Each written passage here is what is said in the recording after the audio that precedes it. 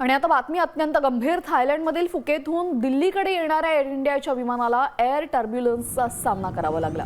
तीव्र हवेच्या झटक्यांमुळे विमान अचानक 300 फूट खाली आलं. अचानक घडलेल्या या थरारक प्रसंगामुळे प्रवाशांमध्ये भीतीचं वातावरण होतं.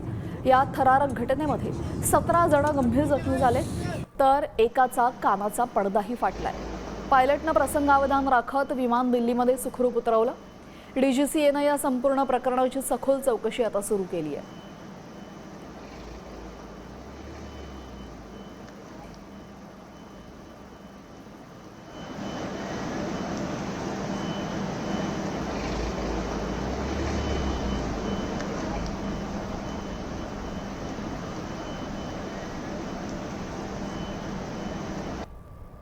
सीट तो आई एम नॉट पायलट। हम आ रहे थे, 1-1.5 घंटा हुआ था फ्लाइट को। सुबह अर्ली मॉर्निंग का टाइम था, हम सो ही रहे थे फ्लाइट के अंदर। फ्लाइट सडनली चलती चलती रुक के टर्न अराउंड हो गई और ये मानिए ये प्लेन है, आते हुए ये प्लेन ऐसे घूम गया। 2-2.5-3 मिनट तक ऐसे ही चलता रहा।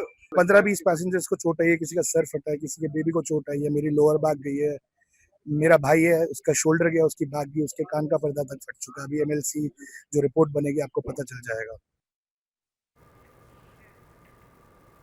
दरम्यान काय घडलं हे आपण पाहतोय. 4 ऑगस्टला एअर इंडियाचं विमान फुकेतून सकाळी 8:25 दिल्लीसाठी रवाना झालं. विमानामध्ये एकूण 134 प्रवासी होते. काही सेकंदातच विमान 300 फुटांनी खाली आलं. हवेच्या प्रवाहातील बदलामुळे विमानाला जोरदार धक्का बसला.